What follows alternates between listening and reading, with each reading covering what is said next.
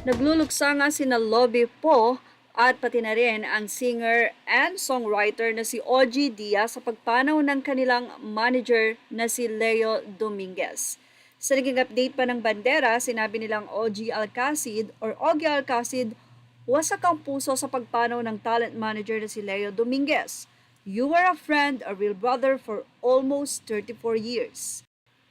Ilang araw na nga ang nakakalipas matapos nga na mag-viral sa social media na pumanaw na nga ang manager ni Lovie Po, isa sa ikinalulungkot ngayon ng aktres. Marami naman ang nakisimpatya kay Lovie.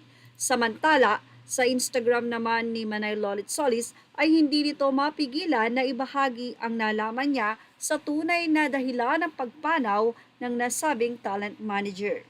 Sa Instagram post ni Lolit, ikinuwento niya ang lahat. Una ay sinabi ni Lolit Solis na dapat daw talaga ay mag-iingat sa pagkain.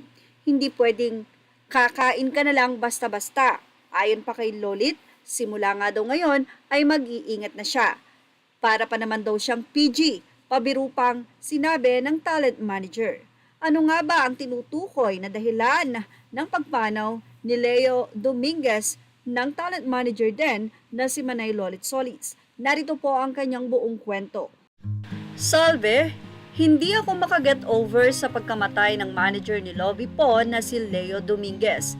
Hindi ko makomprehend iyon cause of death na nasabi sa akin. Isang aral nga siguro na mag-ingat sa pagkain ng mga bagay na ibinibigay sa atin. O iyong pag natikman natin na ibang lasa, huwag na nating ituloy ang pagkain. Grabe talaga dahil hindi mo minsan akalain yung mga complications sa mga bagay na kinain natin. Aral ito sa isang PG na katulad ko. Kaya nga, pangako, ingat na ako sa mga food na take ko. Ako pa naman kahit ano kinakain ko. Nako, medyo kinakabahan ako talaga dahil sabi sa cake na kinain ng start ang naging problema ni Leo. Very innocent food pa naman ang cake. Now, number 1 suspect na siya sa food poisoning. Grabe, basta ingat Salve at Georgie. Pigilan niyo ako sa katawan ko, please. O sa katakawan ko, please.